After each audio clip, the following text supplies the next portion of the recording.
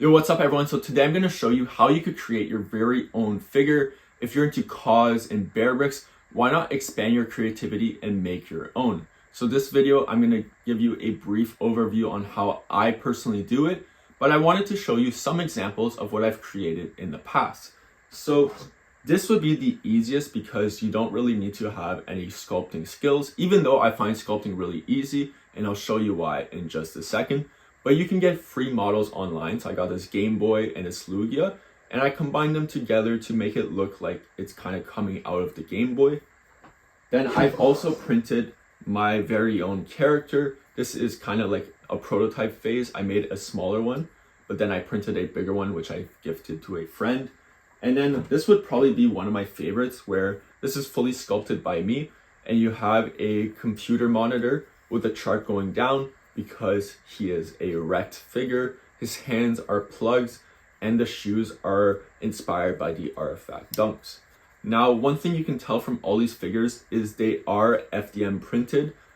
If you do want, you can use a resin printer, and to be honest, you'll get probably a better result as you won't get all these print lines. But for the purpose of this video and for myself, I've been using FDM printing lately just because I find it much easier and cleaner for my current situation of living. So yeah, let's get into the video. So the first step, I always like to kind of sketch out the idea of what I want to create. This isn't necessary, but also make sure to subscribe. It really helps out the channel. But let's get into, I guess, the most important step in actually creating it. So I use Nomad. It's about $20 and it's really easy to sculpt.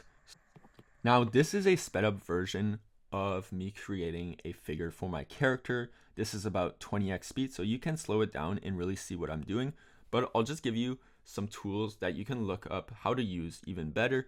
One of them is voxel merge. You're basically taking two or multiple objects and making it into one. Then there's the tube tool that you can see on the screen right now. This just allows you to create like fluid shapes, and then you can go at it after.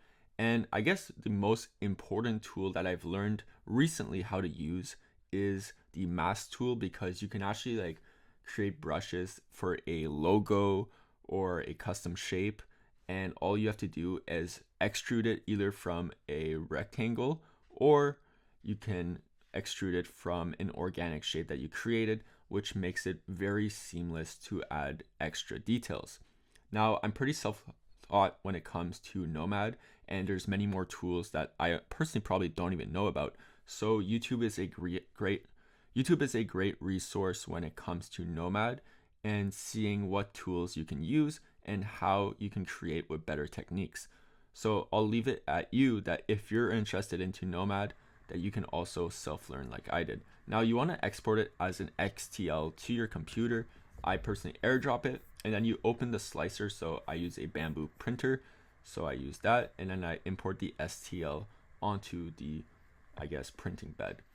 Now I did want to do a two-part for the first time, so I sliced the figure and I added connectors, as you can see right here. And from there, I'm going to expand it and put it into multiple plates, because I could not fit everything on the one plate for the scale that I was going for. Once you do that, you want to add organic supports. I think they're called tree supports. There's the automatic supports that are kind of more rough, but the tree supports really help when it comes to figures. Once that you slice it, you want to send it to the printer for it to print, and you can see this is the first print of the bottom half of the figure. Now, once you take it off the printer, you can see that there's all these supports, and you want to take them off. So what I use is I have clippers from building Gundams, and I also have a pocket knife that has another bigger clipper. And you just want to take off supports.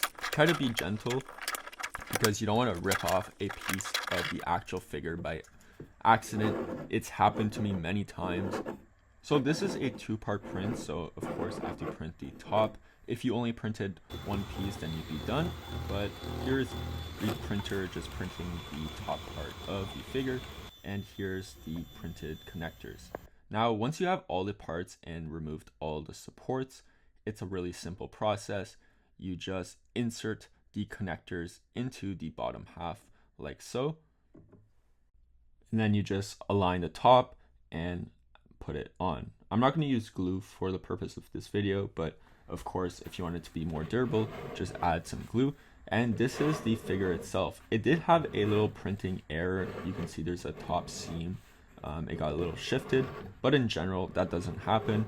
Now, this is the figure next to a bear brick. So they're pretty much the same height. And then these are the different side profiles compared to it.